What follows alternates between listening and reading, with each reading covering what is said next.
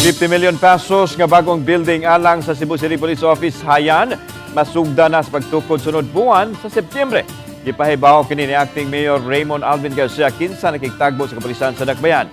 Wa na matud pay sabod sa katukoran diin nakaandam na ang kwartang gamiton nini. Kabahin kini sa tinguha nga himong Philippines finest ang kapolisan sa dakbayan. Busa atagan sa LG og hugot nga suporta alang sa pagpatuman sa mga programa ilabi na sa peace and order. Gihangop usab kini sa Acting Director sa Cebu City Police Office, Colonel Antonieto Cañete, nga mipasalig nga himuon ang mga proactive measures pagpakgang sa kriminalidad.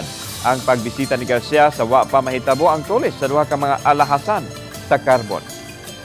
We're just working out the finalization of the program of works and estimates, and then once that is already finished, bidding, and then hopefully mabid na this week, so that this month, so that by September you're all invited to the groundbreaking. Very thankful to the city mayor for granting us that privilege, no?